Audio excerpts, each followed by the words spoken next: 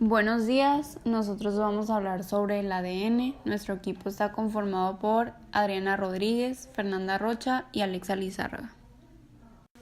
¿Qué son los ácidos nucleicos?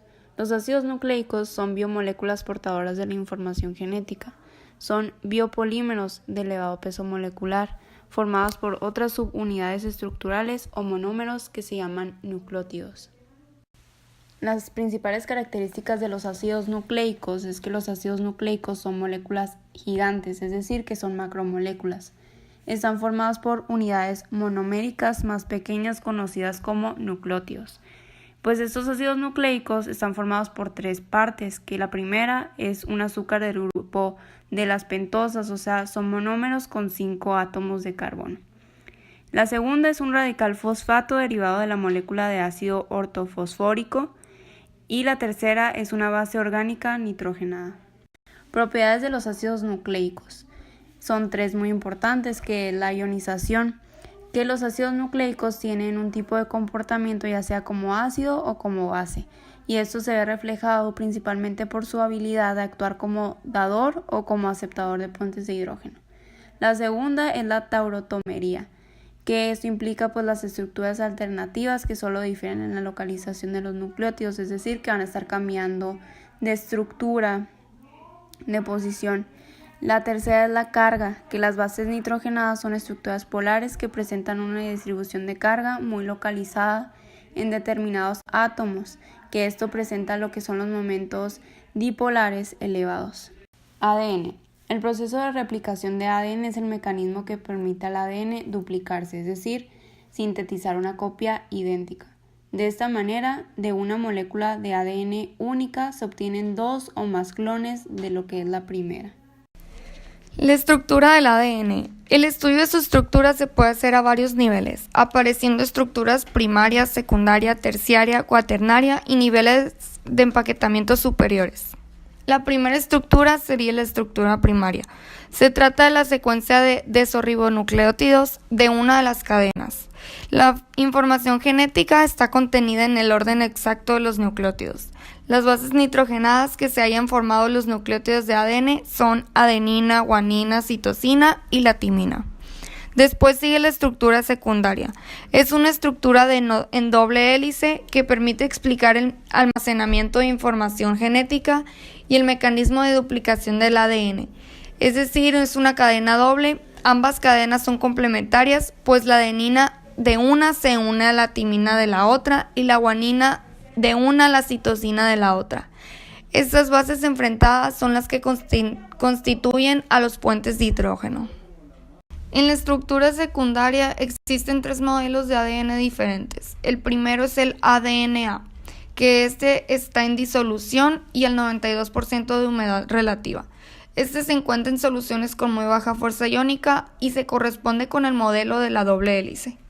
El segundo es el ADNZ, que está con el 75% de humedad.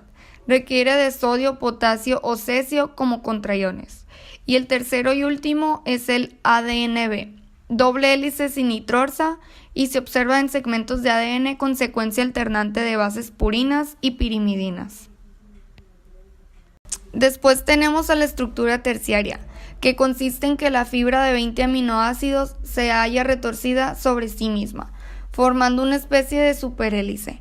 Es decir, la estructura terciaria es la disposición que adopta la fibra de ADN de doble hélice al asociarse con las proteínas para formar los cromosomas. Y por último tenemos a la estructura cuaternaria, que es cuando la cromatina en el núcleo tiene un grosor más amplio. El enrollamiento que sufre el conjunto de nucleosomas recibe el nombre de solenoide. Los solenoides se enrollan formando la cromatina del núcleo interfásico de la célula eucariota. Cuando la célula entra en división, el ADN se compacta más, formando los cromosomas. Las funciones del ADN. Las funciones del ADN son muy importantes, ya que incluyen el almacenamiento de información genética, la codificación de proteínas para poder hacer su transcripción y traducción, y su autoduplicación para poder transmitir toda información de célula madre a células hijas. Enfermedades genéticas. Existen diversos tipos de enfermedades genéticas. como son anomalías en los cromosomas, defectos de un gen único, problemas de factores múltiples o multifactoriales y problemas teratogénicos, entre otros muchos más. Anomalías en los cromosomas. Las anomalías de los cromosomas o cromosómicas del bebé pueden ser heredadas de los padres o bien pueden aparecer sin que haya antecedentes familiares. Los problemas cromosómicos más frecuentes son los siguientes: síndrome de Down, trisomía 21. Las células tienen 3 cromosomas número 21. Si bien todas las personas con síndrome de Down tienen las mismas características, algunos de los más frecuentes son los siguientes: rostro aplanado, cabeza pequeña, cuello corto, lengua protuberante. Síndrome de Turner: uno de los cromosomas sexuales no se transfiere, dejando un cromosoma solo o un total de 45 cromosomas. El síndrome de Turner es un trastorno genético que afecta el desarrollo de las niñas. La causa es un cromosoma X ausente o incompleto. Las niñas que lo presentan son de baja altura y sus ovarios no funcionan en forma adecuada. Anomalías en los cromosomas. Estas son otras características de estas anomalías. En caso del síndrome de Down, son párpados inclinados hacia arriba, orejas pequeñas o de forma inusual, poco tono muscular, manos anchas y cortas con un solo pliegue en la palma, dedos de las manos relativamente cortos y manos y pies pequeños, además de flexibilidad excesiva.